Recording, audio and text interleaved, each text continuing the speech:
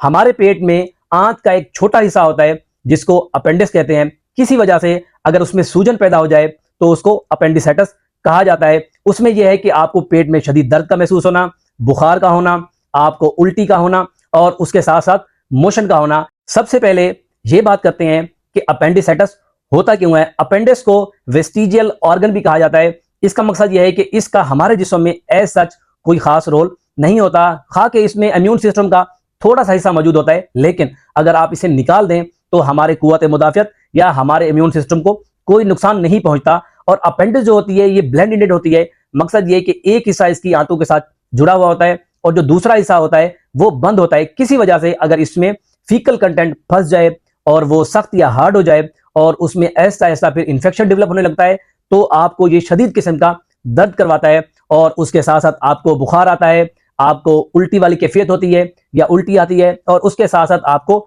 Motion भी आ सकते हैं। अपेंडिक्स का दर्द बहुत शदीद किस्म का होता है और शुरू में ये दर्द आपको नाव के इर्द गिर्द महसूस होता है, लेकिन उसके बाद ये आपके पेट के दाएं हिस्से में और लोअर साइड के ऊपर शदीद हो जाता है और कभी कभार इसको दबा के छोड़ने से आपको शदीद दर्द का झटका महसूस होता है जिसको रीबाउंड टेंडरनेस कहते हैं और इसको अपेंडिक्स की डायग्नोसिस के लिए भी इस्तेमाल किया जाता है। अपेंडिसाइटिस को कंफर्म करने के लिए लाजमी है कि आपको पेट में दर्द हो, उसके साथ साथ आपको फीवर भी आता है और उसके साथ साथ आपको मोशन आते हैं और उल्टी भी महसूस होती है। लेकिन इसके साथ साथ कुछ ऐसे टेस्ट कराए जाते हैं जिसमें अपेंडिसाइटिस को कंफर्म किया जाता है। इसमें यह है कि इन्फेक्शन मार्कर्स जो हैं उनका रेज्ड होना, उसका बढ़ा होना बहुत जरूरी होता है। तो इसीलिए आपके कुछ ब्लड टेस्ट कराए जाते हैं और दूसरे नंबर पे आपके पेट का अल्ट्रासाउंड कराया जाता है और कभी कभार सीटी स्कैन की नीड भी पड़ सकती है और इन 3 से 4 चीजों को मिला के अपेंडिसाइटिस की डायग्नोसिस बनाई जाती है। अपेंडिसाइटिस की डायग्नोसिस कंफर्म होने के बाद अगर आप इसका इलाज नहीं करवाते या इसका ऑपरेशन